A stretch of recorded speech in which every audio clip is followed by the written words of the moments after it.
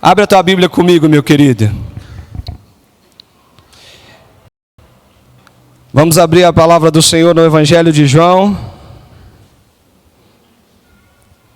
no capítulo 18. Evangelho de João, capítulo 18.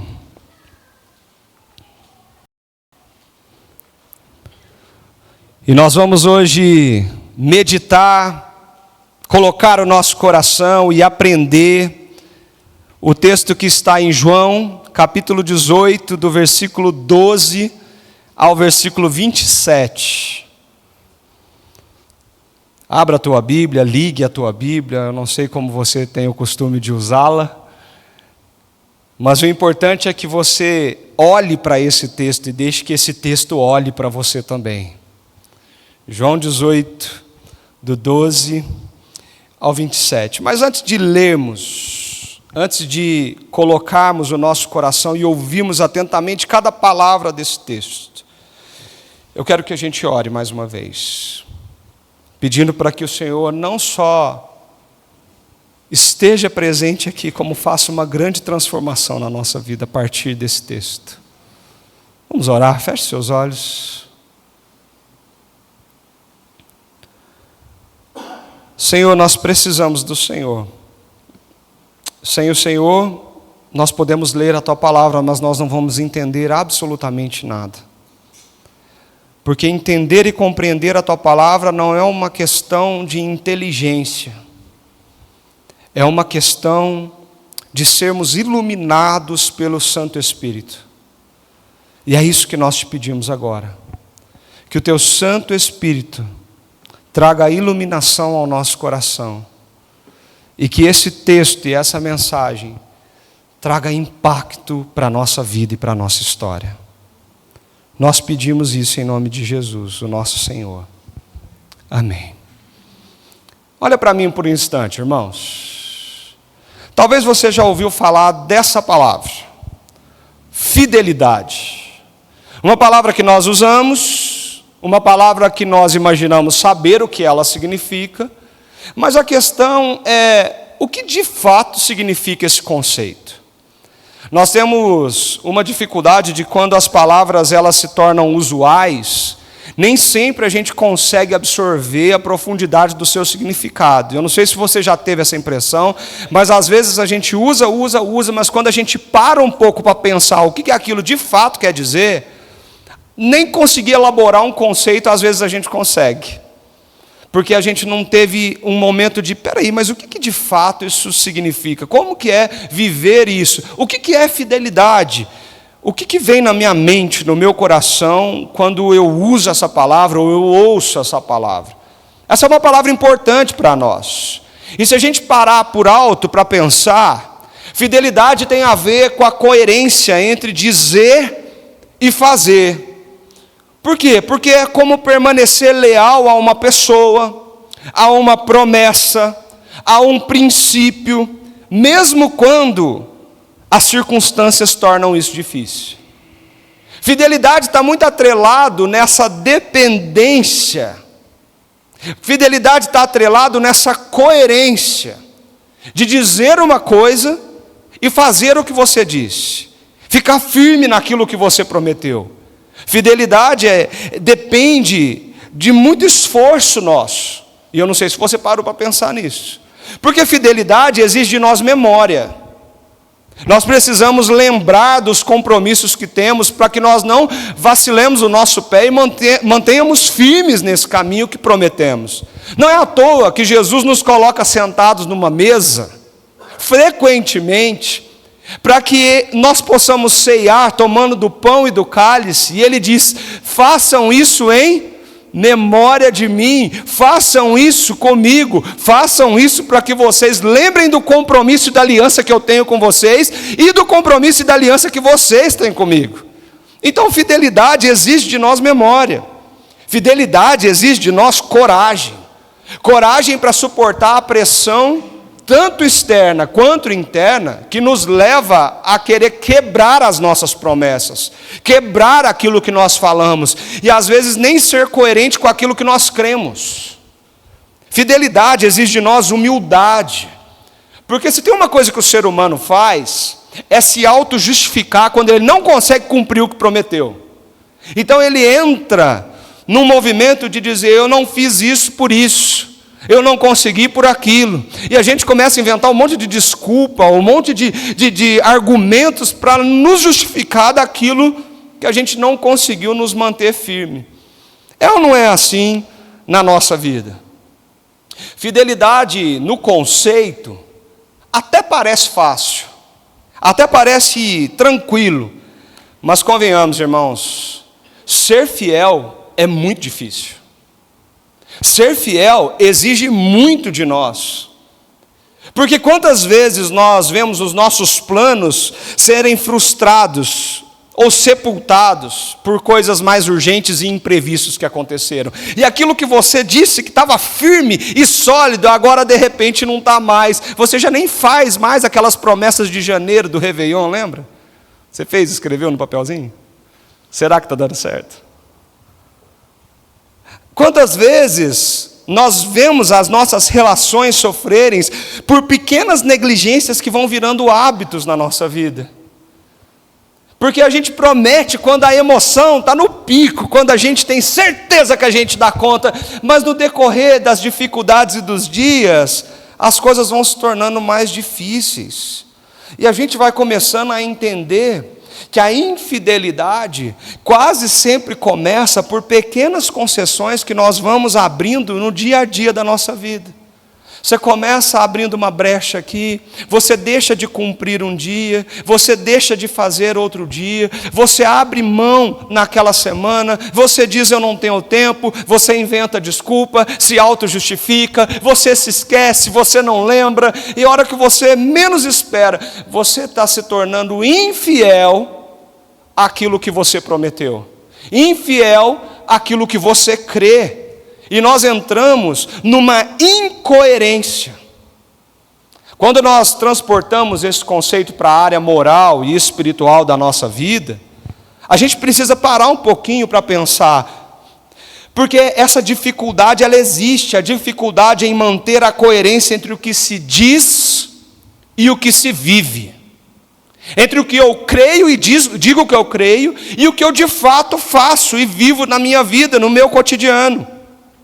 Uma pessoa pode confessar convicções firmes sobre o que é certo, mas na hora da pressão, ela fazia o contrário. Quem aqui nunca viu isso acontecer? Quem aqui nunca se viu numa situação como essa? Você sabe que princípios e valores são muito firmes na nossa vida.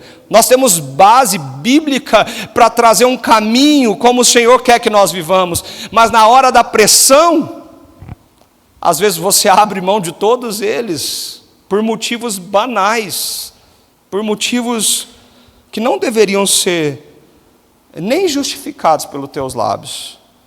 Você já deve ter visto aí, quando o medo, o cansaço, o desejo de aceitação começam a abrir concessões na sua vida. Momentos de oração às vezes se tornam raros, mas você quer, você falou que vai ficar firme nisso. Momentos de palavra são trocados pelo entretenimento, o culto vai se tornando algo quando dá tempo. A gente vai abrindo lacunas. E é tão sutil, gente. É tão sutil. Por isso que ele é um desafio cotidiano. E a gente vai fazendo concessões, abrindo brechas, e não conseguindo viver a coerência do que nós prometemos com aquilo que nós de fato vivemos. Esse é o ponto que nos leva ao texto de hoje. A fidelidade real do discípulo de Jesus Cristo. Porque ser discípulo é viver à luz de uma identidade e caminhar segundo essa identidade até o fim. É quando você entende quem você está seguindo, quem você está imitando, e você vive a coerência de crer e viver aquilo. Na aula da escola bíblica dessa semana, 2 das nossas salas falaram sobre a fé que está aqui dentro, mas a fé que precisa extravasar aqui para fora. A fé que é prática, a fé que é vivida no dia a dia. Porque ser discípulo é isso. Não é só sobre o que você crê, é o que você vive também.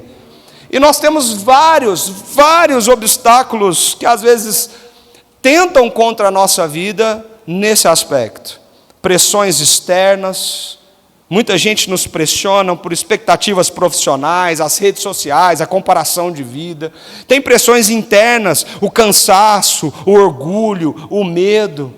Tem também as tentações mais sutis do nosso dia, quando a gente tem o compromisso com algo, mas ele é relativizado por conveniência.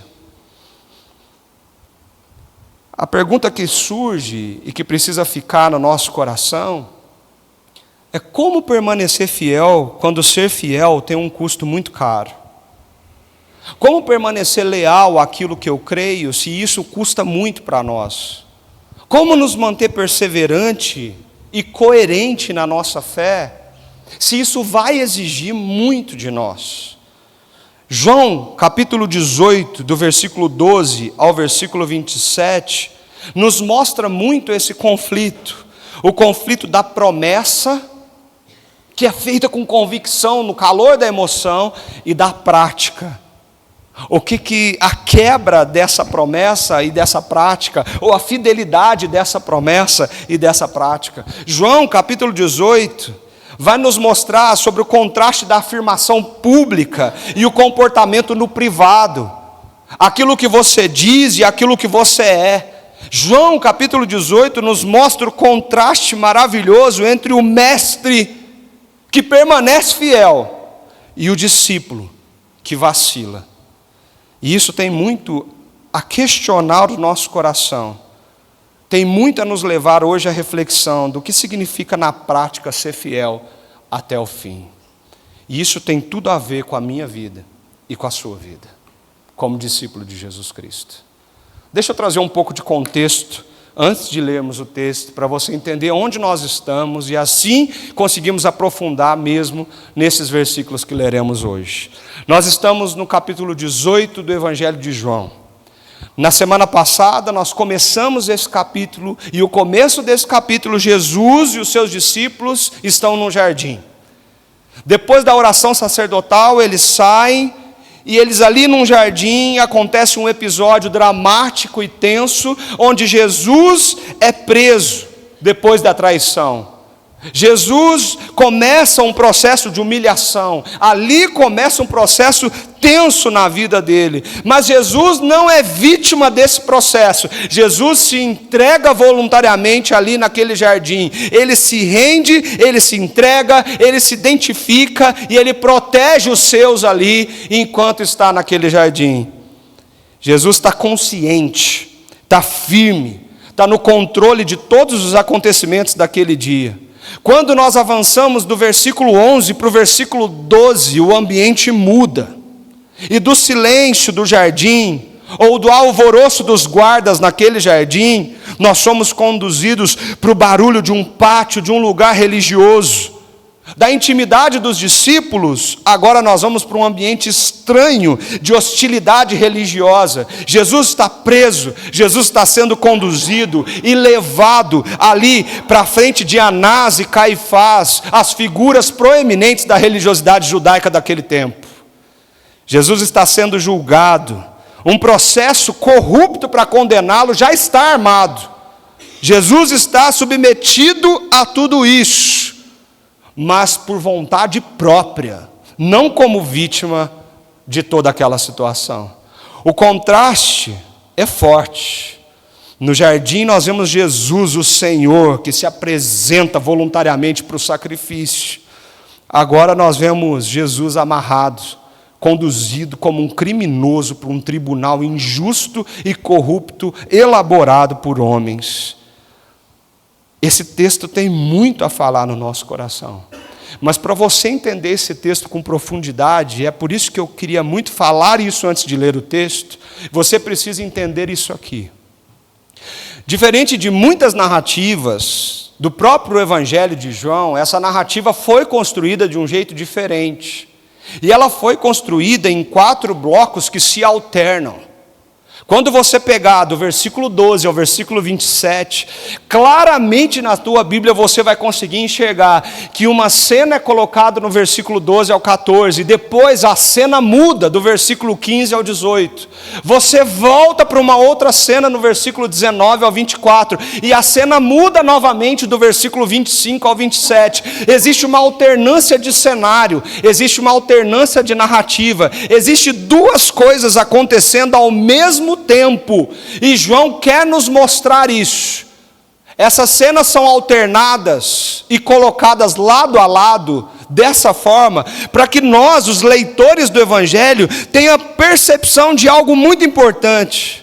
É como se João quisesse mostrar para nós uma coisa: compare essas duas cenas, olhe para esses dois cenários, olhe para as atitudes que nós vemos aqui na cena A, e olhe para as atitudes que nós vemos aqui na cena B. De um lado nós temos Jesus, do outro nós temos Pedro.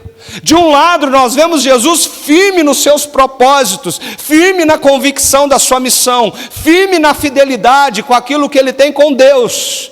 Do outro nós temos um discípulo que vacila, um discípulo que tem medo, um discípulo que faz promessas, mas quando as pressões externas chegam, ele sucumbe às suas próprias promessas. João escreveu desse jeito para você colocar a tua mente nessas duas cenas e pensar assim: com quem que eu me pareço mais? Com quem a minha vida se parece mais? Ele está mostrando o contraste entre a fidelidade perfeita do filho e a fragilidade real de um discípulo. Ele está mostrando o quanto Jesus é íntegro, é fiel, é leal, e o quanto nós, discípulos, por pouca coisa, nós quebramos promessas, nós vacilamos em nossos pactos, nós dizemos coisas e vivemos outras, nós voltamos atrás da nossa palavra, nós descumprimos aquilo que prometemos, e é aqui que o texto começa a falar diretamente ao nosso coração. Irmãos, esse texto mostra para nós que em tempos de pressão e dificuldade, a nossa fé e a nossa fidelidade é provada ao máximo. É nesses momentos da vida que somos confrontados sobre a coerência entre o que dizemos e o que fazemos na prática. É muito fácil ser crente, gente, quando tudo está muito bem. É muito fácil bater a mão no peito e dizer: eu sou cristão, quando a sua vida está tudo tranquila, quando você não tem desafio, quando as coisas estão maravilhosamente indo bem. Mas quando o cenário muda, quando a tempestade chega, quando as coisas começam a surgir no seu desafio do dia a dia, quando a injustiça começa a tomar conta dos seus e da sua volta, quando as coisas saem do seu controle, quando o seu coração se aperta, é nesses momentos que a sua fé é testada e você é confrontado sobre a coerência do que você realmente acredita e diz e do que você de fato vive. Pedro foi testado. Jesus foi testado. E a pergunta que o Evangelho nos faz é: com quem nós nos parecemos mais? Quem nós imitamos? Vamos olhar para isso em dois movimentos muito objetivos que o texto nos faz. Primeiro, olhando para a fidelidade de Jesus diante da injustiça dos homens. E quando nós lemos esses versículos, vocês vão ver que verdades sobre nós aqui, hoje e agora, elas fluem naturalmente desse texto quando nós aprendemos sobre quem Jesus é. Olha comigo o versículo 12, 13 e 14, que diz assim: assim, a escolta, o comandante e os guardas dos judeus prenderam Jesus e o amarraram. Então o levaram primeiramente a Anás, sogro de Caifás, sumo sacerdote naquele ano. Ora, Caifás era quem havia declarado aos judeus ser conveniente morrer um homem pelo povo. Pensa nessa cena comigo. Pensa nessa primeira cena, o quanto isso para nós entristece nosso coração, o quanto é tenso. Jesus foi preso, amarrado, conduzido como um criminoso. O Filho de Deus está amarrado, se entregando voluntariamente àquela injustiça e àquela corrupção do sistema religioso daquela época. Jesus se entrega voluntariamente. Jesus é levado como um criminoso grave. Jesus está ali já sendo humilhado publicamente diante de tudo que ele está enfrentando. E naquele momento, profecias começam a ser cumpridas na vida do Senhor. Isaías 53 já falava sobre isso, dizendo: era desprezado e o mais rejeitado entre os homens, ele foi oprimido, ele foi humilhado, mas não abriu a boca. Como cordeiro foi levado ao matadouro, e como ovelha muda diante dos seus tosquiadores, e ele não abriu a boca. Pela opressão e pelo juízo ele foi levado, e de sua linhagem, quem se preocupou com ela?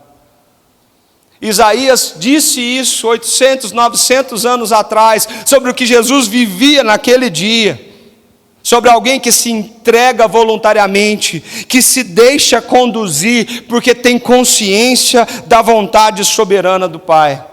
Nós estamos diante de uma cena dramática. Anás, isso é um detalhe importante, ele era sogro de Caifás. Anás já tinha sido sumo sacerdote, mas naquele ano não.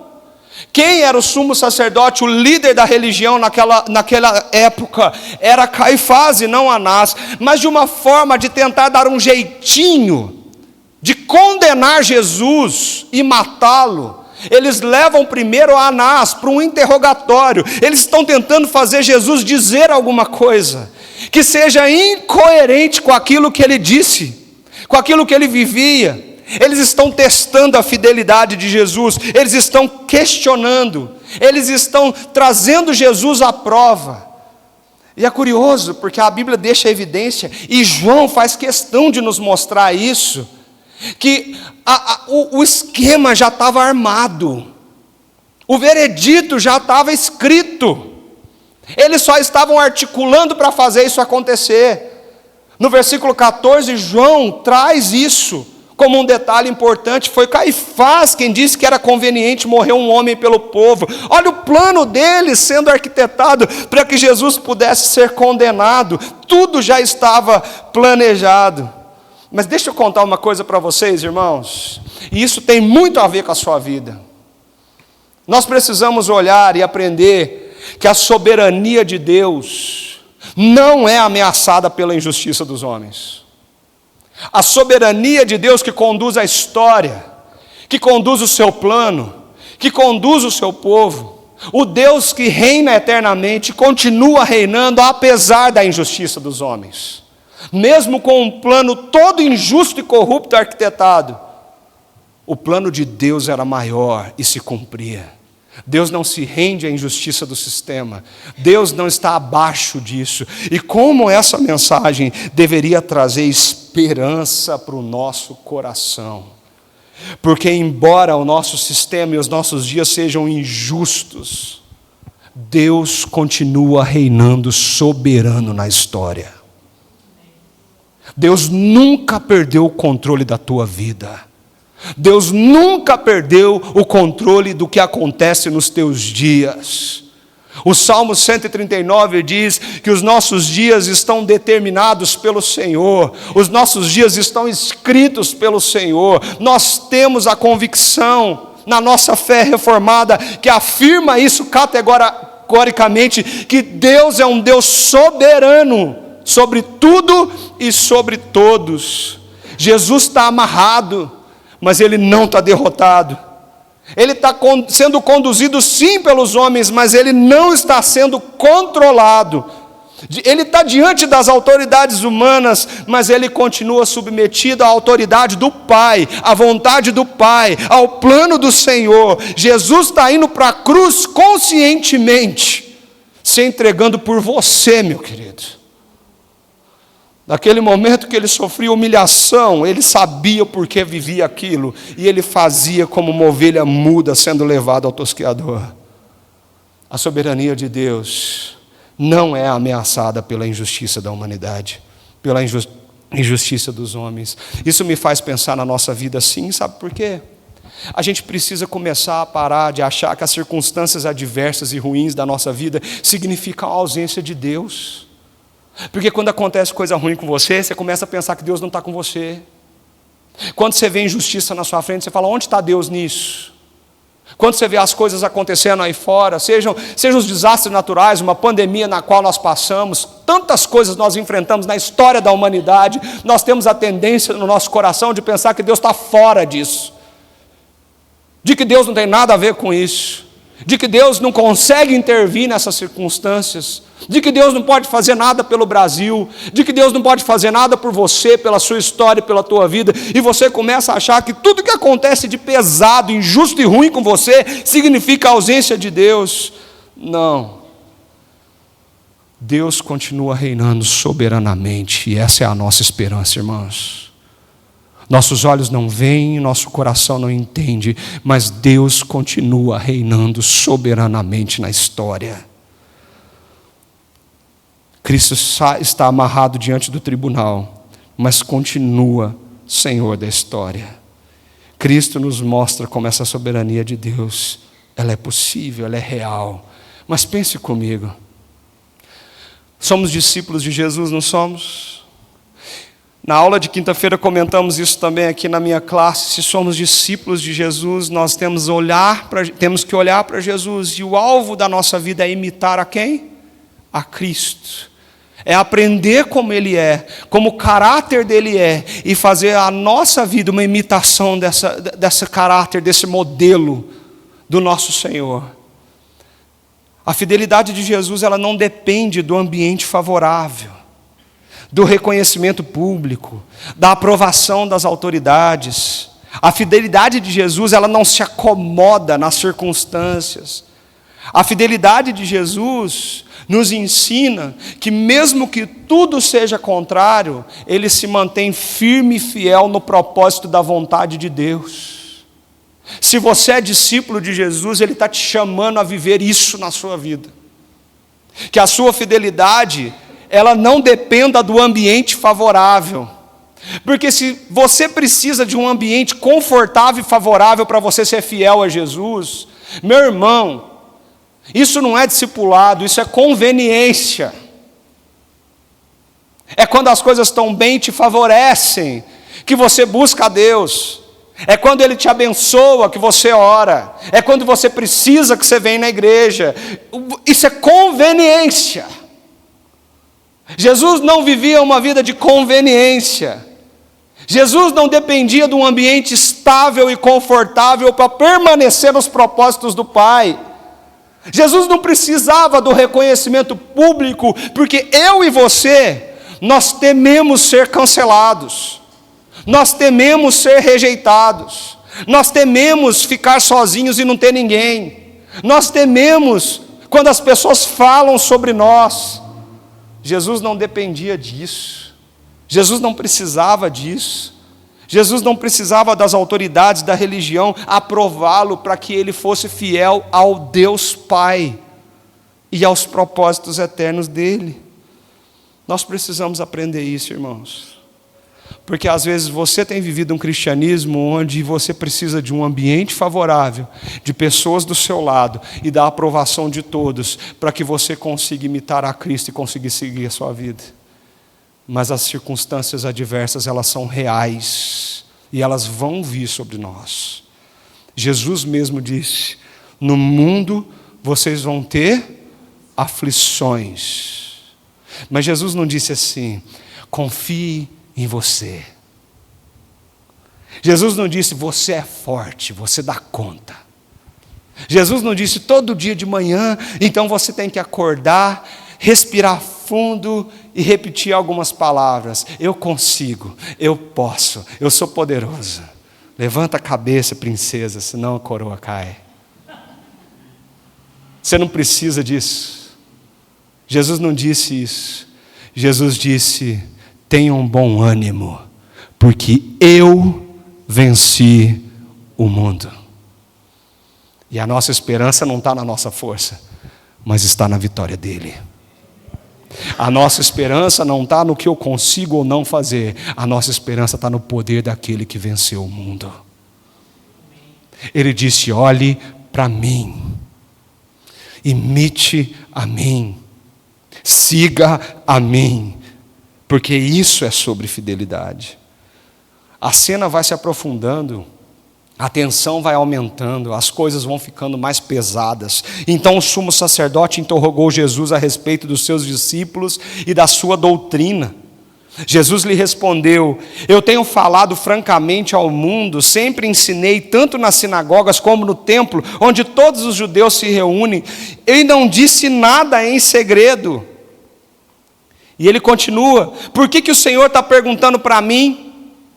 Pergunte aos que ouviram o que lhes falei, eles sabem muito bem o que eu lhes disse. Presta atenção no que está acontecendo aqui.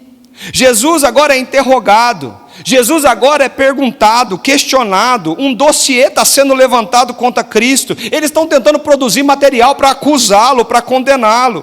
O tribunal está montado, o veredito já está escrito. Mas é nesse cenário de manipulação que a grandeza de Cristo se manifesta. Jesus, quando questionado sobre o que ele cria, sobre o que ele dizia, ensinava, e sobre as pessoas que o seguiam, Jesus, ele não apela para a intelectualidade, ele não apela para uma guerra verbal, ele não apela para a belicosidade, ele não foge do embate, mas ele não negocia a verdade. Jesus apela para o seu testemunho público e para a coerência do que ele diz e do que ele vive. Ele está dizendo para aqueles homens: olha para o que eu disse, pergunte para as pessoas que andam comigo, falem com elas, elas vão dizer quem de fato eu sou, o que de fato eu disse. Eu não estou fazendo nada escondido, eu sempre disse tudo em público, eu não estou escondendo nada de ninguém. Jesus apela para a integridade dele, Jesus sempre esteve na luz. Irmãos, isso nos confronta muito, muito, porque a gente começa a entender que a autoridade espiritual não se estabelece pela força, ou pelo tom de voz, mas pela integridade da vida. A autoridade que Jesus nos deu não é sobre o quanto você grita quando você tem razão, não é sobre os argumentos mais fortes que você pode usar contra esse ou aquele. A autoridade espiritual verdadeira é quando as pessoas olham para você e veem em você, nas suas atitudes, naquilo que você vive de fato, a integridade e a coerência que flui da fidelidade do seu coração. Será que você, como Jesus, pode dizer: olha para as minhas atitudes, olha para as minhas atitudes e você vai ver que o que eu creio é verdade. Olha para as minhas atitudes e para a minha vida e você vai ver que o que eu creio é de fato realidade, porque é assim que eu vivo. Isso é sobre fidelidade. É quando você vive de fato aquilo que você crê. Quando você vive nos seus dias aquilo que você diz crer, a situação fica mais tensa ainda. No versículo 22, diz assim: quando Jesus disse isso, um dos guardas que estavam ali deu-lhe uma bofetada, dizendo: é assim que você fala com o sumo sacerdote? E Jesus responde, e eu vejo Jesus respondendo com serenidade, firme aqui. Jesus lhe respondeu: se falei mal, dê testemunho do mal, mas se falei bem, por que você está me batendo? Então Anás o enviou amarrado à presença de Caifás, o sumo sacerdote, e João faz questão de mostrar que novamente o Senhor está amarrado e conduzido como um prisioneiro, depois de ser violentado num tribunal público. Uma das coisas que o caráter de Jesus nos ensina é que mesmo diante da humilhação e da violência dos homens, da injustiça, a reação de Jesus é muito diferente de muitos de nós aqui. Jesus, ele não revida, ele não se exalta, ele não se defende com violência, ele não se curva à mentira, ele tem um domínio absoluto da situação, porque ele não é vítima do que está acontecendo, ele conscientemente se entregou para aquilo. Mas Jesus nos ensina algo bonito sobre quem ele é. Ele nos ensina que maturidade espiritual é a capacidade de permanecer fiel quando a injustiça acontece. Quando as coisas não estão do jeito que queremos, quando as coisas estão injustas à nossa frente. E como é ruim você se sentir injustiçado. Você já se sentiu assim? Quando você está sendo acusado de uma coisa que você não fez? Quando você está sendo chamado de algo que você não é? Quando estão arquitetando planos contra você? Quando estão tramando coisas para que você caia, para que você minta, para que você sofra as consequências? A nossa vontade é gritar, a nossa vontade é se defender, a nossa vontade é partir para a guerra, a nossa vontade é fazer de tudo para revidar aquilo que nos estão oferecendo a nós. Nós somos vingativos, nós queremos que o outro sofra o que eu estou sofrendo, nós somos assim. Jesus não. Mas você é discípulo de quem? Das suas emoções e do seu coração? Você é discípulo do Instagram, dos TikToks da vida, do YouTube, das coisas que você vê na Netflix e nos filmes?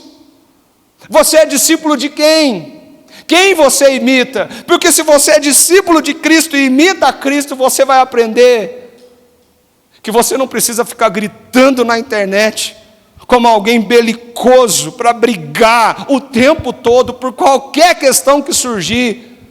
Você precisa responder como Cristo, com fidelidade e integridade de vida, irmão. Você precisa reagir ao que oferece com você, permanecendo fiel à vontade do Pai, aos princípios e valores de Deus. É isso que Jesus está nos ensinando. E se você é discípulo dele, ele te convida a imitar o que ele é e o que ele faz. É muito bonito ver em Jesus como a injustiça humana não frustra o plano de Deus. E é assim em Cristo, como é assim na nossa vida.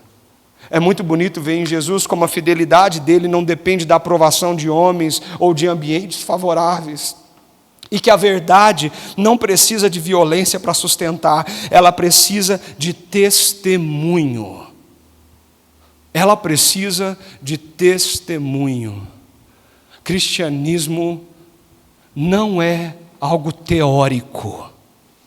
Cristianismo é algo prático da nossa vida. Nós somos chamados cristãos, ou nos chamamos de cristãos, porque nós nos denominamos como pequenos cristos espalhados na sociedade e no mundo. E se somos pequenos cristos, nós precisamos agir como Cristo agiu. Eu queria que você tirasse algumas lições desse primeiro ponto. Pense comigo aqui. Não interprete oposição ou injustiça como ausência de Deus. Para de pensar na sua vida nesses parâmetros. E comece a entender que Deus sim está presente, mesmo quando as coisas estão um caos na sua história. Preste atenção e aprenda a sustentar a sua fé com serenidade e não com violência. Aprenda a ser Jesus no seu dia a dia, ao invés de ser um crente que dá um baita de um falso testemunho, uma vergonha para o nome de Cristo aí fora, quando é uma pessoa arrogante, prepotente, preconceituosa, que não sabe ouvir e que não se parece com Cristo. Cuide do seu testemunho público, zelando pela sua integridade na vida. Cuide do seu testemunho. Deixa Deus cuidar do resto. Cuide da sua integridade. Cuide disso. Porque no final das contas, esse é o maior testemunho que damos de Cristo.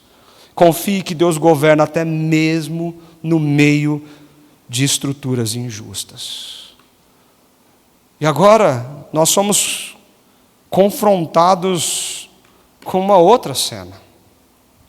Enquanto Jesus permanece fiel e avança, existe uma crise instalada. A crise do discípulo diante da pressão do povo. Olha como que João descreve isso. Simão Pedro e outro discípulo, versículo 15, seguiam Jesus. Esse discípulo era conhecido do sumo sacerdote, por isso conseguiu entrar no pátio da casa deste com Jesus. Pedro, porém, ficou de fora, junto à porta. O outro discípulo, que era conhecido do sumo sacerdote, saiu, falou com a encarregada da porta e levou Pedro para dentro. Então, a empregada encarregada da porta perguntou a Pedro: você também não é um dos discípulos desse homem? E ele respondeu: não sou. Não sou. Os servos e os guardas estavam ali, tendo acendido uma fogueira por causa do frio, e se aqueciam. Pedro estava no meio deles, aquecendo-se também. O cenário aqui é de tensão. Enquanto Jesus está ali dentro, sendo interrogado e sofrendo, a cena muda. João muda a cena para mostrar que isso está acontecendo ao mesmo tempo. Ali está descrevendo Pedro. O outro discípulo consegue colocar Pedro lá dentro. A gente não sabe que outro discípulo é esse. Geralmente João, quando não dava nome ao discípulo, podia ser ele próprio. Mas a gente não tem a certeza disso. O fato é que Pedro entrou porque esse outro discípulo conseguiu que eles entrassem ali no pátio da casa de Anás. Eles estavam ali, o medo, tensão. Outros evangelhos dizem que Pedro seguia Jesus naquela paixão e humilhação que ele sofria, mas seguia a Jesus de longe. Pedro não queria se entregar, se comprometer, se mostrar, se revelar, dizer quem ele é. Mas de repente, no versículo 17, a gente vê claramente o confronto começando no coração daquele homem. Enquanto Jesus estava firme, olha a atitude de Pedro, gente. Aquela mulher que vigiava a porta disse assim: você também não é um dos discípulos desse homem? Um dos aprendizes desse homem? Pedro responde, objetiva, claramente, e ainda repete: não sou. A construção aqui nos mostra como se Pedro tivesse uma convicção do que estava falando. Não, eu não sou discípulo dele. Pedro nega Jesus. Pedro mente. Pedro não tinha motivo para mentir, gente. Por que Pedro precisava mentir? Por que Pedro precisava falar desse jeito? Por que Pedro acreditou que aquela mentirinha não ia causar nada, não ia fazer nada na vida dele? E a gente começa a aprender com esse texto que as grandes quedas da nossa vida, elas começam em contextos de pressão, a partir de pequenas concessões que a gente faz. É no nosso dia a dia, a gente vai abrindo brecha para as coisas acontecerem. São pequenas mentiras que a gente começa a contar, são pequenas negações que a gente começa a fazer, são pequenas negligências que a gente começa a ter. E quando você vai abrindo concessão, você vai abrindo uma porta, escancarando uma porta na sua vida de infidelidade. Você diz, eu sou discípulo de Cristo, mas quando está lá na sua casa, será que as suas palavras e o teu testemunho mostram isso? Ou você está abrindo concessões, brechas e oportunidades para a infidelidade do seu coração vir à tona? Pedro não precisava mentir, mas ele mentiu. Pedro não precisava se esconder, mas ele se escondeu. Pedro não precisava agir assim, mas ele abre concessões. E ele começa a rolar ladeira abaixo na queda espiritual do seu coração. E é assim com a nossa vida.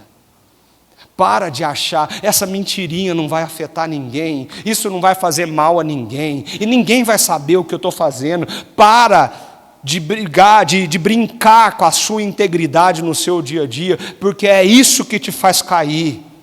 São essas concessões que te faz cair. Não é sobre o quanto afeta as outras pessoas, isso é importante, mas não é o centro aqui.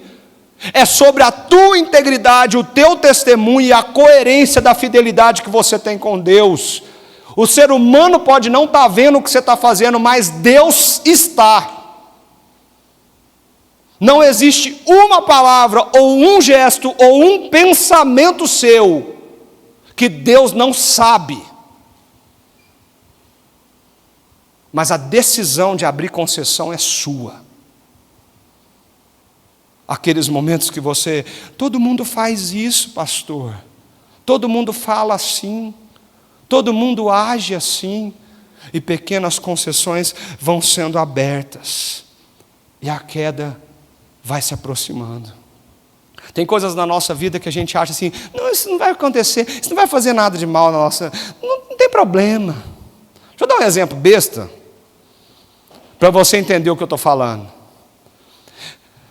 Quando a gente quer assistir uma série no Netflix, para você ter acesso ao Netflix, você tem que fazer o quê? Você tem que pagar, não é?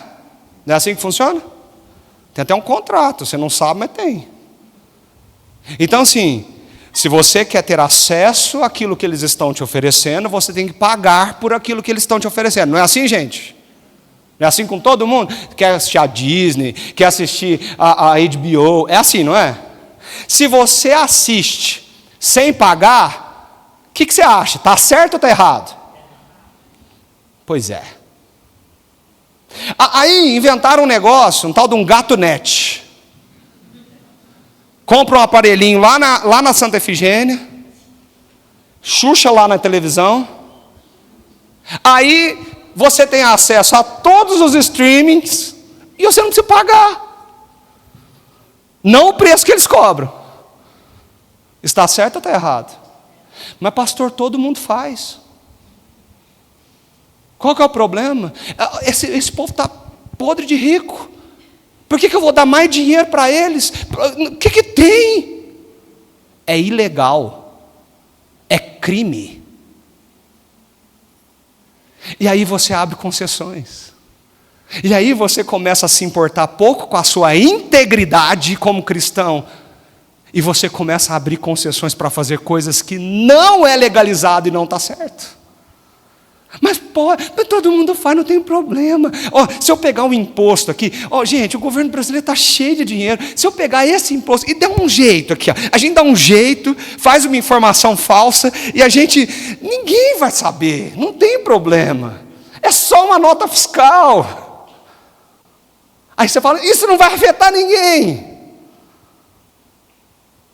Deus está vendo, irmãos.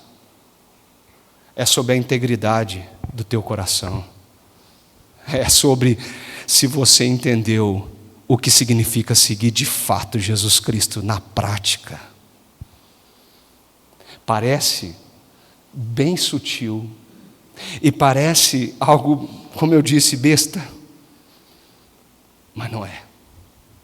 São essas pequenas concessões que antecedem as grandes quedas. As grandes quedas. Quando você lê no versículo 18, João traz um detalhe importante.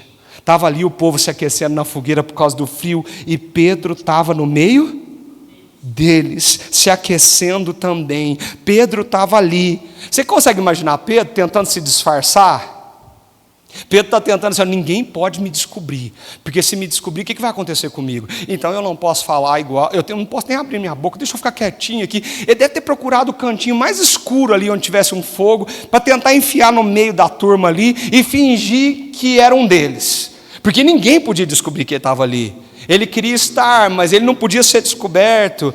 Ele estava como um agente infiltrado no pátio do Anás. Às vezes você está do mesmo jeito lá no escritório.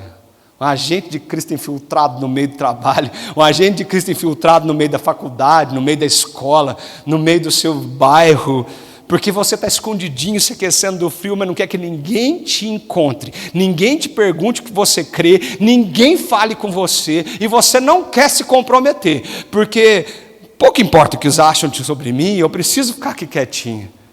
Só que quando a gente olha para esse detalhe importante, a gente está vendo Pedro não negando a Cristo somente nas palavras. Pedro, ele não se compromete, ele não se identifica, ele não quer ser reconhecido, e Pedro negligencia algo que é fundamental na vida de um discípulo. É brilhar a luz de Cristo e expandir essa luz por onde você passar. É assumir as consequências e o risco. Jesus disse, se alguém quer vir após mim, negue-se a si mesmo e todos os dias tome a sua cruz e me siga. Então assuma o seu compromisso, seja fiel até o fim. Logo Pedro, irmãos, Você já leu o capítulo 13 de João? Logo Pedro, que há poucas horas atrás estava com Jesus ajoelhado na sua frente, lavando os seus pés. Logo Pedro, que disse para Jesus assim: não, você não vai lavar meus pés. E Jesus falou: se eu não lavar seus pés, você não tem parte comigo. E Pedro falou assim: então lava tudo, Senhor. Lava a cabeça, lava o pé, lava tudo. E naquele momento o entusiasmo, a emoção de Pedro fez ele depender da sua autoconfiança. E foi naquele momento que ele disse assim: Senhor, eu vou contigo até a morte.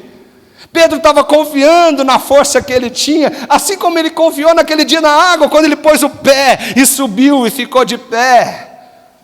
Logo Pedro. Isso me ensina muito, queridos. O ambiente importa sim.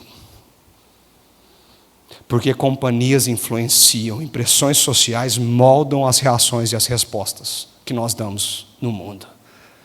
Você acha que não? Mas as suas amizades devagarzinho vai moldando o seu coração, e você vai sendo convencido lentamente de que aquilo que Deus falou que é pecado é permitido. Por quê? Porque todo mundo faz. O ambiente importa sim. Porque as pressões sociais vão moldando a sua resposta, a sua reação e o jeito que você faz. As companhias vão te influenciando, vão mexendo com você. A psicologia fala sobre isso, gente. A neurociência fala sobre isso. Você começa a ser modelado pelo ambiente que você vive. Você quer aprender um pouco mais sobre isso? Vem quinta-feira na minha aula que eu vou falar sobre isso. Porque o ambiente importa sim. Sim.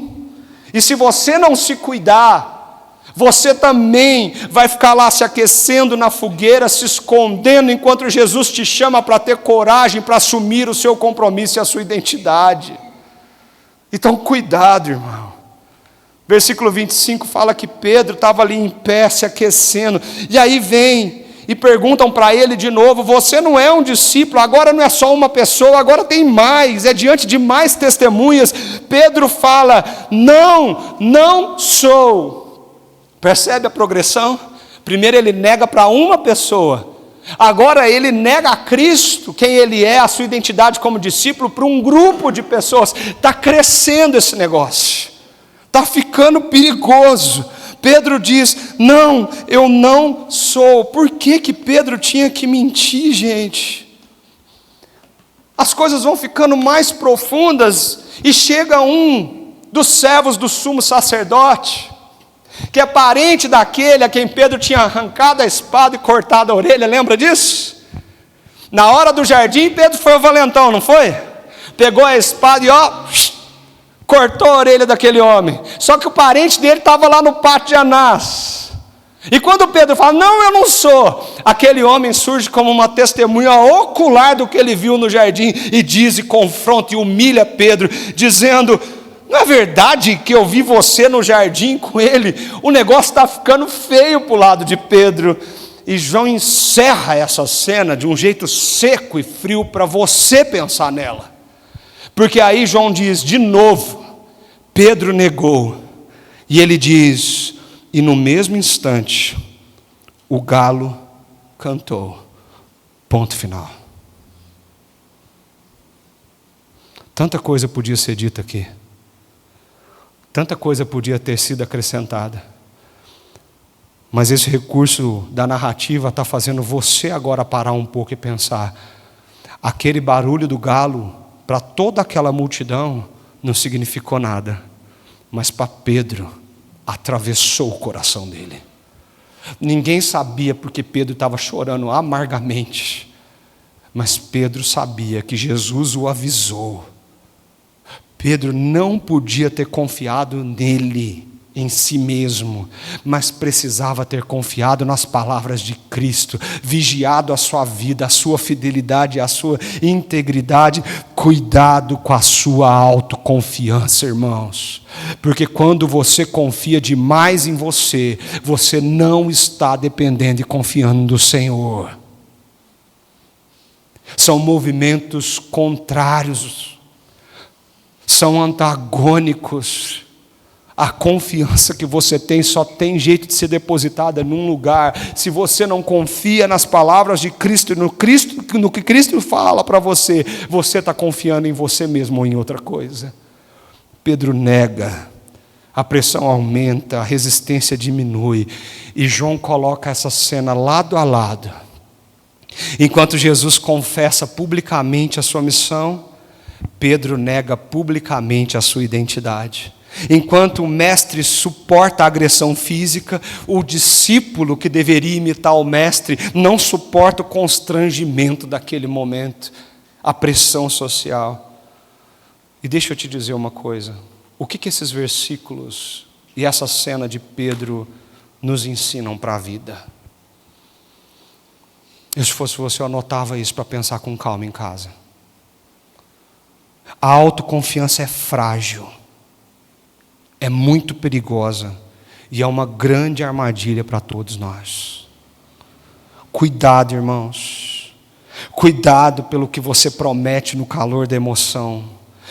Cuidado por confiar demais em si mesmo, isso é um grande perigo. No calor da emoção você promete coisas que você não cumpre. No calor da emoção você promete que vai fazer coisas que você não tem capacidade de fazer. No calor da emoção você faz alianças que não deveriam ser feitas. No calor da emoção você expõe a imaturidade do seu coração, porque você se compromete com algo que não deveria se comprometer e deixa de se comprometer com aquilo que de fato você deveria se comprometer. Confiar demais em si mesmo é um grande perigo que nós estamos expostos todos os dias, porque enquanto a palavra de Deus nos ordena a dependência, a autoconfiança vai em contraste, em choque com isso. A neutralidade é uma ilusão, irmãos. Presta atenção nessa frase. Se você não se compromete com Cristo, você está se comprometendo com outro Senhor. Se você não se compromete com Cristo, você já está se comprometendo com outro Senhor. Olha para as suas prioridades. Olha para a sua vida. Não existe ficar em cima do muro. Não existe isso na história de Cristo, do cristianismo. Jesus diz: quem comigo não ajunta, espalha. Você está com ele ou você não está com ele? Será que a sua agenda mostra isso? Será que a sua vida mostra isso? Será que o seu compromisso é de fato visível no que você vive? Porque um dia alguém vai chegar para você com outras palavras, ou até com essas mesmo, e dizer para você: ué, mas você não é um deles? Você não é crente? Você não é discípulo de Jesus? Você não é cristão? Eu achei que cristão era diferente. Você já deve ter ouvido alguma coisa parecida assim. Ué, mas crente faz isso? Não se olha que fulano é crente, hein? Olha que fulano é cristão. Não deveria estar fazendo umas coisas dessa. Nada mais é do que a empregada chegando para você e dizendo: você não é um dos discípulos dele. E com a sua vida você está dizendo: não, eu não sou. Pequenas concessões abrem caminhos para grandes quedas. Cuidem muito dessas pequenas concessões. Elas são muito perigosas. São muito perigosas.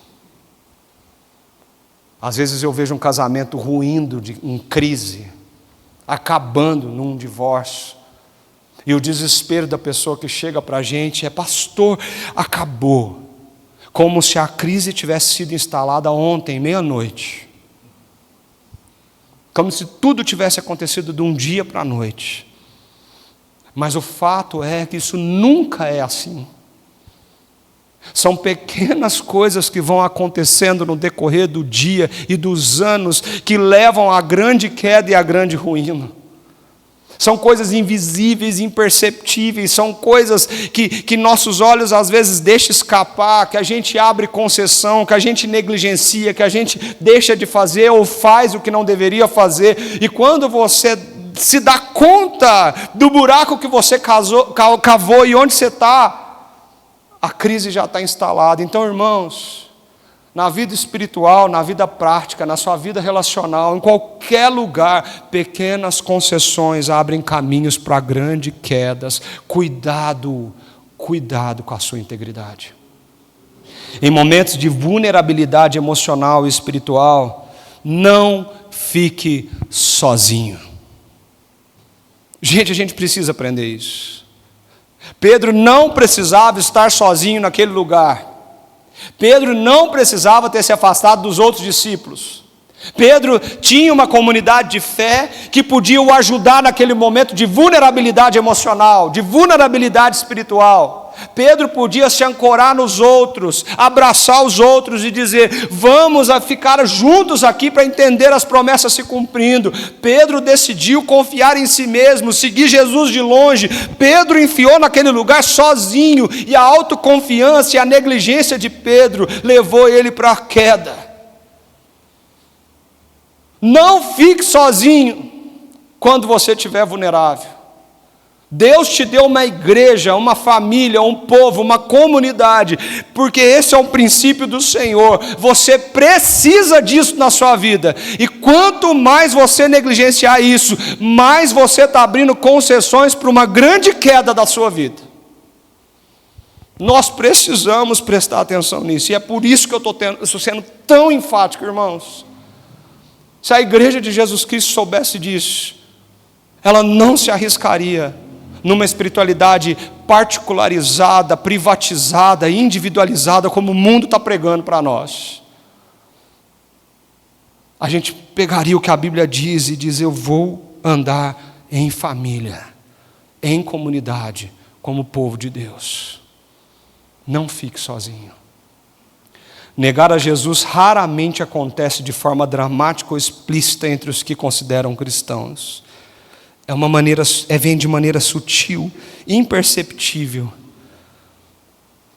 É quando você prefere esconder a identidade de discípulo que você tem. É quando a ética do Evangelho se choca com as práticas comuns. Quando a gente começa a querer se adaptar para não ser visto. É quando a gente começa a abrir concessões. Isso é negar a Cristo, gente. E negar a Jesus acontece nas pequenas decisões da vida, do cotidiano, quando as nossas escolhas comunicam que Cristo não é de fato o Senhor das nossas prioridades. Deixa eu ler de novo essa frase, para você guardar isso no seu coração. Negar a Cristo acontece nas pequenas decisões da vida cotidiana, quando nossas escolhas comunicam que Cristo não é de fato o Senhor das nossas prioridades. As suas escolhas comunicam o Senhor que você segue. Você está seguindo quem? Você precisa ser honesto com o seu coração, querido.